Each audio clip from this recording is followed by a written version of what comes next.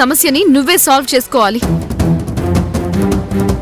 సంపంగి, నీ మీద విరక్తితో ఇల్లు వదిలి వెళ్లిన నా తమ్ముడు సవ్వేష్ ఇంటికి తిరిగి రావాల్సిందే. అప్పటి వరకు నువ్వు ఈ పూజ చేయాల్సిందే. విన్నావుగా, వ్రతం చేసి తీరాల్సిందే. భీమేషు, ఒక్కన్నేసుంచు. ఇక మీదట వేరు కాపురం అనే మాట నీ నోట్లో నుంచి వస్తుందా?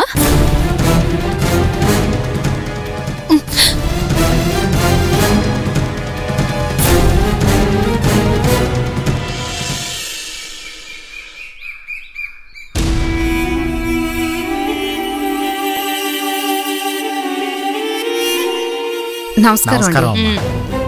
రమ్మన్నారట, ఏంటి విషయం? ఆ శ్రీనివాస్ పొలం నేను కొందాం అనుకున్నా. ఈలోగా నువ్వు కొన్నావంట. కొనే ముందు దాని గురించి వివరాలేం అడిగి తెలుసుకోవా?